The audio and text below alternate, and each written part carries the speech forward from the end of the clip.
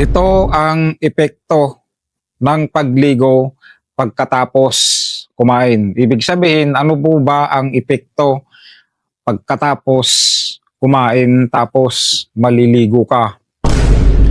Ang pagligo agad pagkatapos kumain ay maaring maapektuhan ang pagbabago ng sirkulasyon ng dugo. So, ibig sabihin, yung pagdaloy po ng ating dugo sa ating katawan. Posibleng maapektuhan ang pagtunaw, lalo na po kung marami po tayong nakain.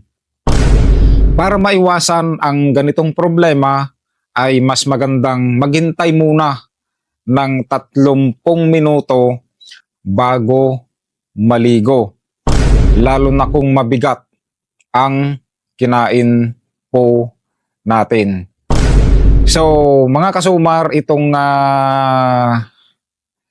mga health tip po na ito ay atin pong sundin para po sa ating kalusugan. Tandaan po natin na ang kalusugan po ay ating kayamanan at laging tandaan na ang buhay po ay mahirap na po ngayon. Mahirap na pong magpa-doktor ngayon. Marami pong gastusin.